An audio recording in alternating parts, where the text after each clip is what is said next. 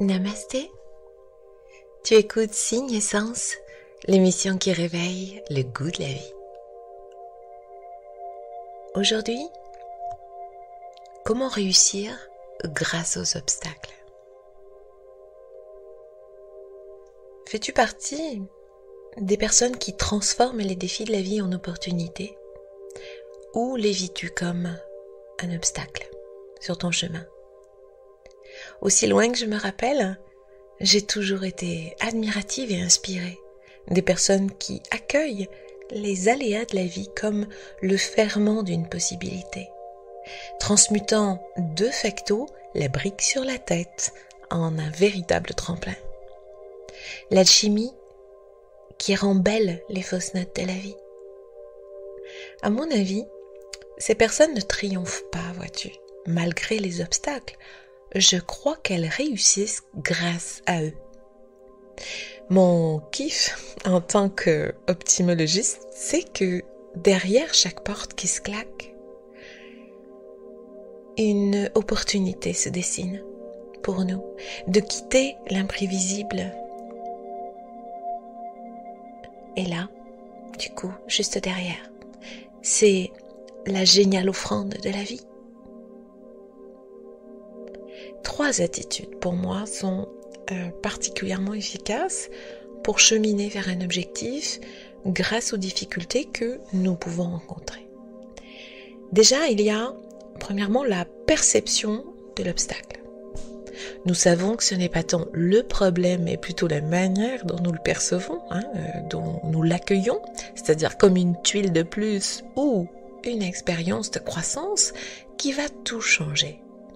Alors, pourquoi, le sachant, ne pas adopter la vision d'un voyage aux 1000 possibilités plutôt qu'une destination d'un point A à un point B? Tout ce qui nous arrive est un bienfait, même si au moment où nous le vivons, c'est une tuile, c'est une douleur. La vie n'enseigne ses leçons qu'aux meilleurs apprenants, je crois. En tout cas, c'est ce que j'ai compris sur mon chemin. Ne te laisse pas submerger par tes émotions, parce que immanquablement elles alimentent un auto-sabotage qui est déjà bien rodé, ou encore la fameuse peur d'échouer ou de réussir. Une saine gestion de tes émotions sera vraiment un réel atout pour toi. L'empereur romain Marc Aurèle adoptait cette réflexion avant de prendre toute bonne décision. Est-ce que ce qui s'est passé m'empêche d'agir avec justice, générosité, maîtrise de moi, santé mentale, prudence, honnêteté, humilité ou franchise? Une question à se poser également, c'est: as-tu tous les leviers d'action? Sinon, récite-toi la prière de la sérénité, qui est très connue. Mon Dieu, donnez-moi la sérénité d'accepter les choses que je ne peux changer, le courage de changer les choses que je peux, et la sagesse d'en connaître la différence.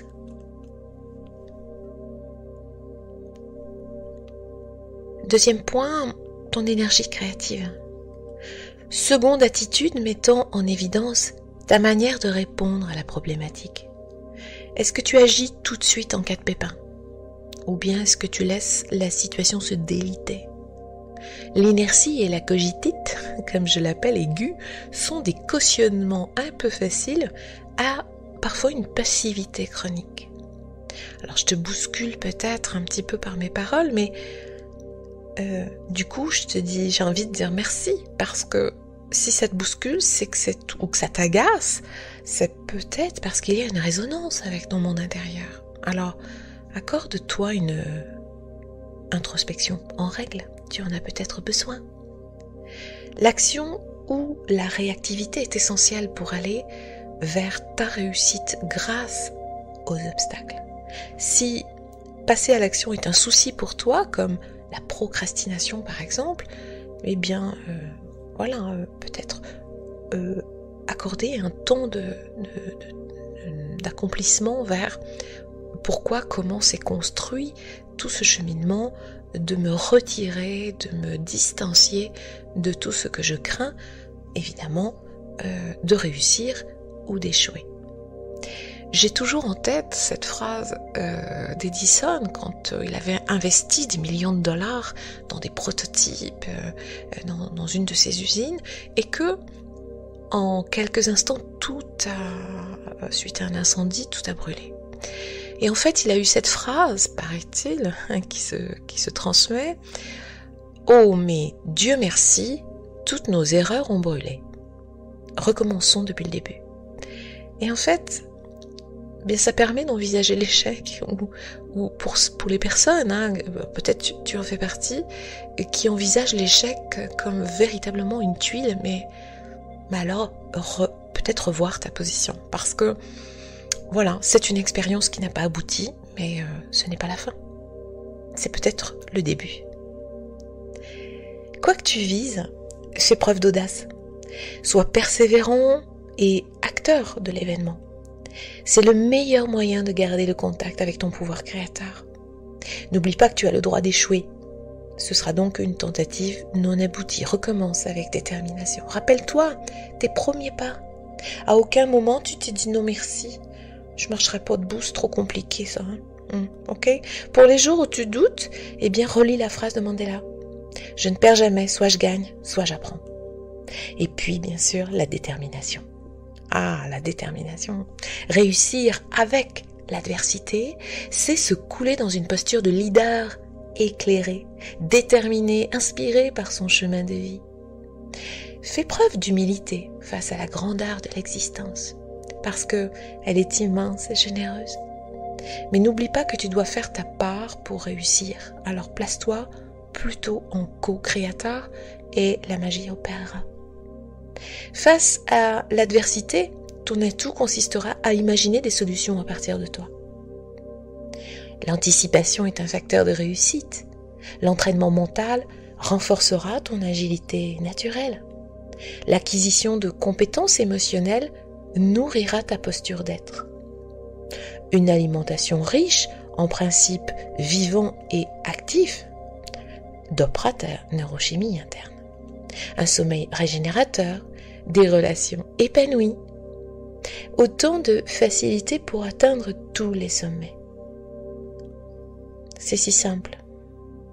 Pourquoi est-ce si compliqué de le mettre en route? Peut-être parce que il faut pratiquer chaque jour une pensée différente. Chaque pensée différente m'amènera à croire différemment. Les croyances nouvelles m'entraîneront vers des expériences plus confiantes, déterminantes, évidemment, dans le renforcement d'une agilité émotionnelle positive qui, à son tour, redéclenchera des pensées plus optimistes et ainsi se crée un cycle vertueux. Tout est possible. Tu es un être tellement illimité. Alors crois-le. Je te souhaite une magnifique journée et qu'elle soit la plus belle, comme chaque jour. Merci beaucoup.